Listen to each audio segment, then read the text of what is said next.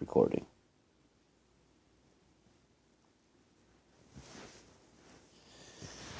So,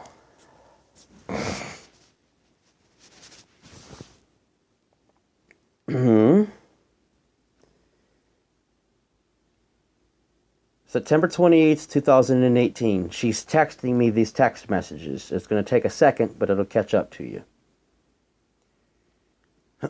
Today is February 10th, 2021. It is 3:29 a.m., almost 3:30 a.m. And this is Group 3 of 6 groups of evidence. Group 3 is text messages. This is the last thread, and I'm about 1/4 to 1/3 of the way through. Okay. I'm going to ask you a question. Just give me the truth. And don't get mad. Do you even want your kids? Yes, I do. Well, you need to do what Rosemary tells you, because this case is about the kids. And if you don't, they will drop your case and I won't ever get to see them. As I told you, this is about the grandmother, not Heather. This is about Regina Seabolt, Heather Seabolt's mother. And she says, I won't ever get to see them. And now that this case is refiled again, and considering the CV19, the whole CV19 thing going on, I'm guessing and assuming, I'll speculate in the sense, something has to do somewhere, something with the grandmother is never going to get to see them. I don't know if she's ill or what the case may be. It's 3:30 in the morning now. February 10th, 2021. Continuing on. I won't ever get to see them. I'm doing what's right for the kids. No, you're not. You're doing what's right for him. No, I'm not. I seen that for myself. That they honestly, genuinely love him. And I'm not ripping them away and damaging them any more than what I've already done. And you can see that she says she's not doing any more damage to the children than what she has already done. And the next text says, that's Mom and I's convo this morning, starting with Mom. She says the right things for the right reasons.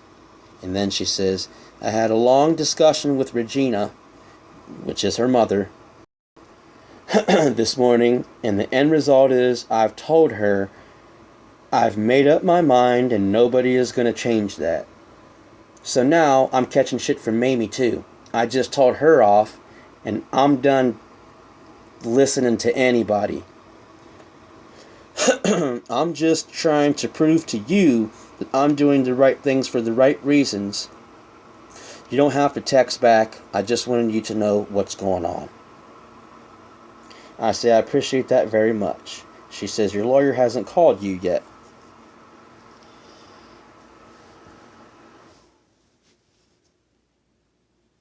Your lawyer hasn't called you yet. I say, what made me click that Aunt Peggy is the enabler? As an enabler, is the enabler. I say, no, I have no attorney for my calls. She says, I just started thinking, like, I don't have the money to get the attorney. She did give it to me, $2,000. She just gives everybody the ammunition to do what they want. She lets April and Haley and Peyton stay there, even though April treats her like crap. She enables April to treat her like crap. And if she would kick April out and let the kids go with her, everything would go back to normal. Maybe he's waiting until he gets the motion for dismissal papers. I say, yes, I figure he is too. Then I say, she is the enabler. She says he probably thinks, oh wow, this is too good to be true. Which he did, which is the reason why he texted me unreal. When he texted me the words unreal. She says, yes, she is. Mama Peggy, the enabler. She calls her Mama Piggy, but whatever. I says, she is the enabler. Yes, 100. I'm sure he won't tell me until he prove it to me himself. She says, like when I told her I wanted to... She says, like when I told her what I wanted to do with dropping the case, she said, if that's what I wanted to do, I'm telling you, I've defended you to no end for the past 2 days. Now, how can you defend me to no end for the past 2 days, the entire massive family, and then turn around and file 2 lying purged affidavits in court 2 years later when you know the truth? It's right here. She says, I've defended you to no end for the past 2 days. I can send you all of mine and Mamie's messages. I say, not just me, but the truth. And she says, and mine and Regina's. Exactly. I say, always defend the truth. Thanks, but no thanks. As she was trying to send me all of their text messages, whatever they said, and she defended me, and I just tell her, I appreciate the offer, but it's not necessary. Now, I probably could have had a lot of more amounts of evidence right there. I don't think that any more massive amounts of evidence is really necessary. I think that this massive amounts of evidence is probably enough. She says, okay, LOL. Are you feeling any better about things? I know I sure am. I feel lighter. I know I have to.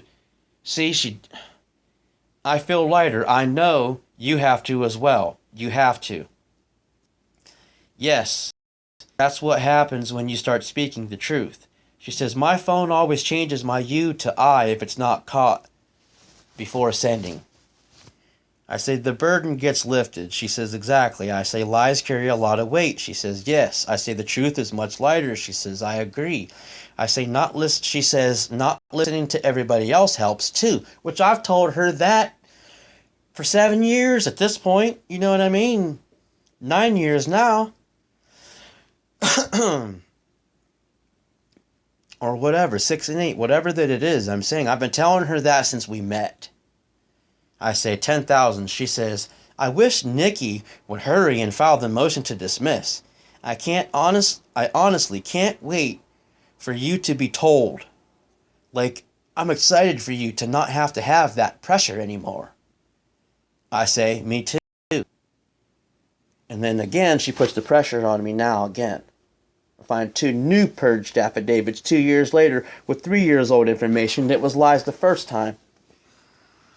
She says again, and you've done an awesome job with honor and freedom, especially honor, and I can't tell you that enough.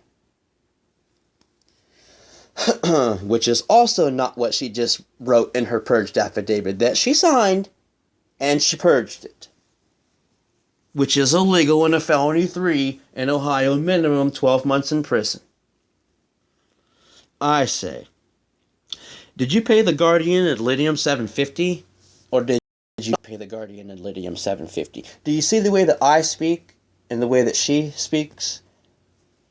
This mine is very specific and detailed, and hers open and ended to mean any conclusive of any conclusion.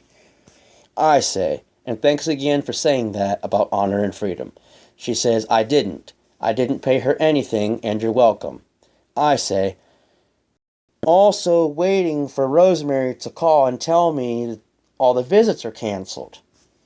She says, I can't believe she hasn't done that. Excuse me.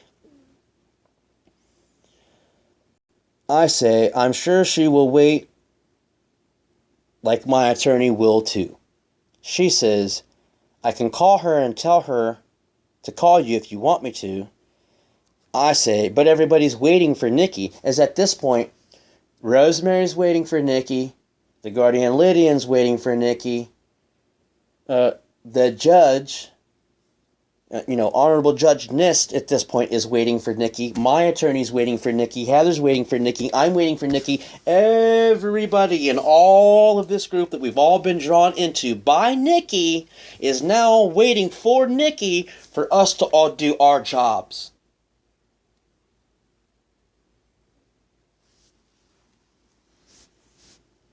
That is not a responsible attorney. That is not an accountable lawyer.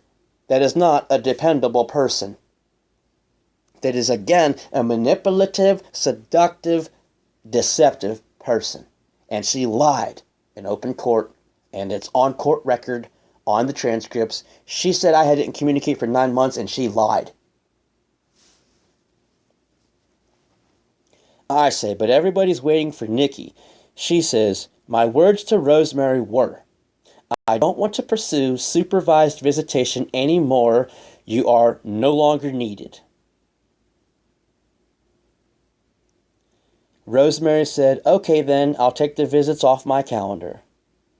I said, those are good words. She says, you're right. You're right. They're probably waiting on the paperwork. So I say, so now that the other 5 visits are canceled before the 72-hour period, you don't have to pay the other $400 for 5 visits, right?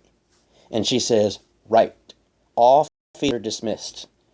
I refuse to let them use our kids to get money anymore. I say, so yesterday you just saved $1,150 all in one day?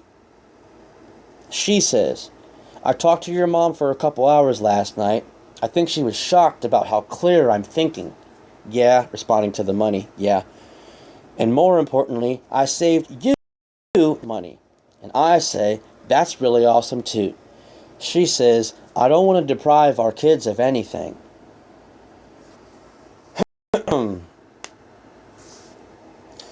Well, once again, you just deprived them of another 10 months of their Social Security and their field trip to the zoo, and I can't even tell you the bikes that they were going to receive for their birthdays that I can no longer afford to give them bikes for their birthdays. Now this year I have to pay an attorney today.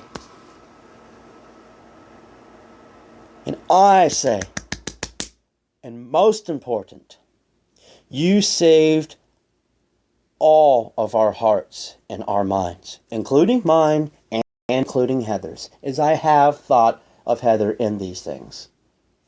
At that time then, I did. Now, I don't. I say they were about to get fat paid to destroy our entire family. She says, your mom said she can tell that I'm just not blowing smoke up everybody's ass. This time. Like she did the 2 previous times. And that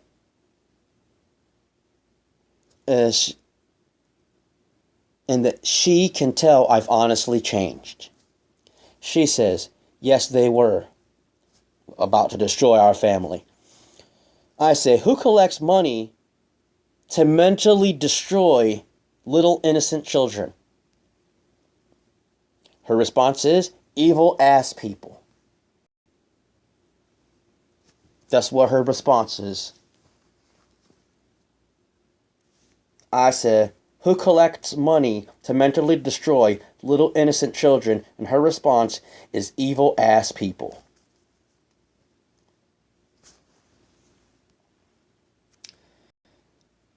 She says, once you get the papers stating that the motion for dismissal was filed, maybe we can talk instead of text, LOL. Texting takes forever, and I can't find the words to tell you everything I feel. I say, maybe once the motion for dismissal was completely done and over and done with. It's done and over with. She says, I wonder how that works anyway. Will the lawyers have to go back to court? Will we have to go back? I don't know. Excuse me. I say, that's what I'm saying. I may have to go back. At that point, I had never even received any notice that she had already received. She says, "Oh, well, I hope you don't." I say, "This may take till November 1st. I have no idea." She says, "I hope not. So do I come back next week or not?" I say, "Yes, of course, 100." She says, "I don't want to go to jail for not showing up."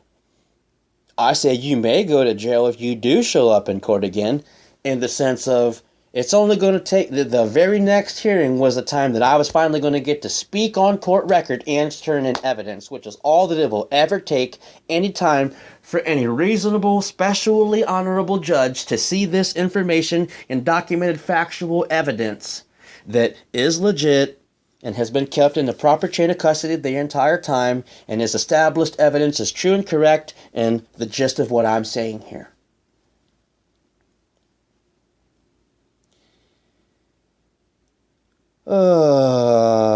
She says, "I'm pretty sure as long as Nikki files the motion to dismiss that I don't have to show."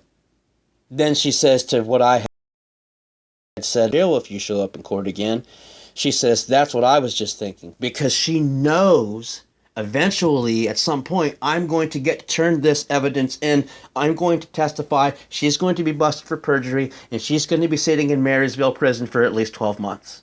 And she knew that the first time that she went back on December 27th and collected $1912 of 2000 when Nikki Reed only used $88.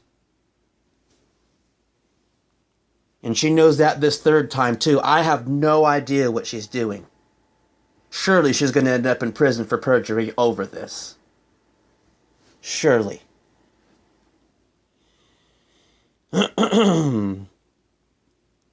She says, "That's what I was thinking." I say, "You don't need to be present, only Nikki.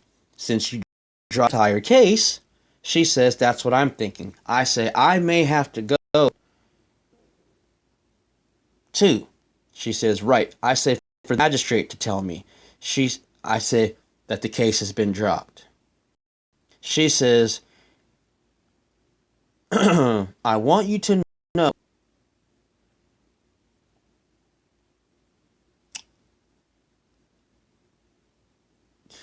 Oh, she says, "I want you to know of you or the babies need anything, tell me and I'll do my best to see that y'all get it." What she obviously narcissistically meant was, "I want you to know if you or the babies need anything, that I'll do my best that y'all get it." Which we've never asked her for anything. Ever. I did ask her could she reimburse the children for the money that she stole from them from my pocket to pay the attorney to go to here to prevent all this evilness from happening. Yes, at some point I did. And she paid me the minimal amount of money, and she still owed me $750 from that event before I just had to go spend another $15 today in a matter of hours. It's 3:46 a.m. February 10th, 2021, and I have an appointment to see an attorney at 3 p.m., so less than 12 hours from now. And now I have to stop the video. So I'm going to stop it right here.